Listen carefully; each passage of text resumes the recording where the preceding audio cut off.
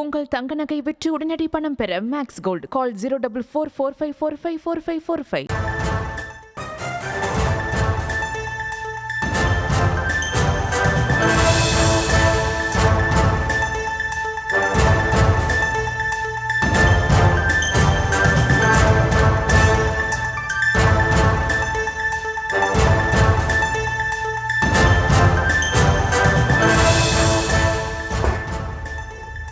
தேனியில் மருத்துவர்களின் அலட்சியத்தால் பெண் மரணமடைந்திருப்பதாக கூறி உறவினர்கள் சாலை மறியல் போராட்டத்தில் ஈடுபட்டிருக்கின்றனர். கூடுதல் விவரங்களோடு இணைகிறார் செய்தியாளர் விக்னேஷ். வணக்கம் விக்னேஷ், விவரங்கள்.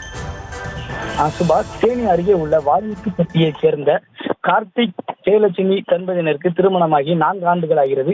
கார்த்திக் தேனி மின்வாரிய அலுவலகத்தில் ஒப்பந்த பணியாளராக பணியாற்றி வருகிறார். இந்த தம்பதியினருக்கு ஏற்கனவே 1.5 வயதில் ஒரு பெண் குழந்தை உள்ள நிலையில் ஜெயலட்சுமி மீண்டும் கர்ப்பமானார். நிறைமாத கர்ப்பிணியான ஜெயலட்சுமி பிரசவத்திற்காக கடந்த சில நாட்களுக்கு முன்பு தேனி அரசு மருத்துவக் கல்லூரி மருத்துவமனையில் அனுமதிக்கப்பட்டார். நீர்ச்சத்து குறைவு இருப்பதாக சிசேரியன் மூலம் ஜெயலட்சுமிக்கு ஆண் குழந்தை பிறந்தது. குழந்தை பிறந்த பின்னரும் ஜெயலட்சுமிக்கு தொடர்ந்து ரத்தப்போக்கு ஏற்பட்டது.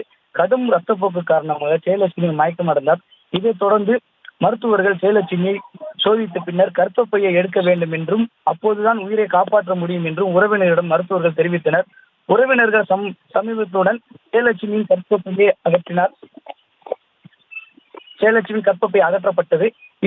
இந்த நிலையில் ஜெயலட்சுமி கர்ப்பப்பை அகற்ற பின்னர் அதன் பின்னர் சாதாரண வார்டுக்கு மாற்றப்பட்டார். ஜெயலட்சுமிக்கு தொடர்ந்து சிகிச்சை அளிக்கப்பட்டு வந்தது. ஆனால் கர்ப்பப்பை அகற்றப்பட்ட பின்னரும் ஜெயலட்சுமிக்கு ரத்தப்போக்கு நிற்கவில்லை என கூறப்படுகிறது. தீவிர சிகிச்சை பிரிவில் பெற்று வந்த ஜெயலட்சுமி இன்று அதிகாலை பரிதாபமாக உயிரிழந்தார்.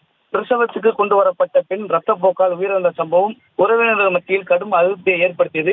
கடந்த 1 வாரமாக ஜெயலட்சுமிக்கு அளிக்கப்பட்ட சிகிச்சை விவரங்கள், அவர் எந்த நிலையில் உள்ளார் என்பது குறித்து மருத்துவர்கள் தகவல் தெரிவிக்க மறுத்ததாகவும் ஜெயலட்சுமியை பார்க்க கூட அனுமதிக்கவில்லை என கூறியும் உறவினர்கள் தேனி அரசு மருத்துவக் கல்லூரி மருத்துவமனையில் சாலை மறியல் போராட்டத்தில் ஈடுபட்டனர்.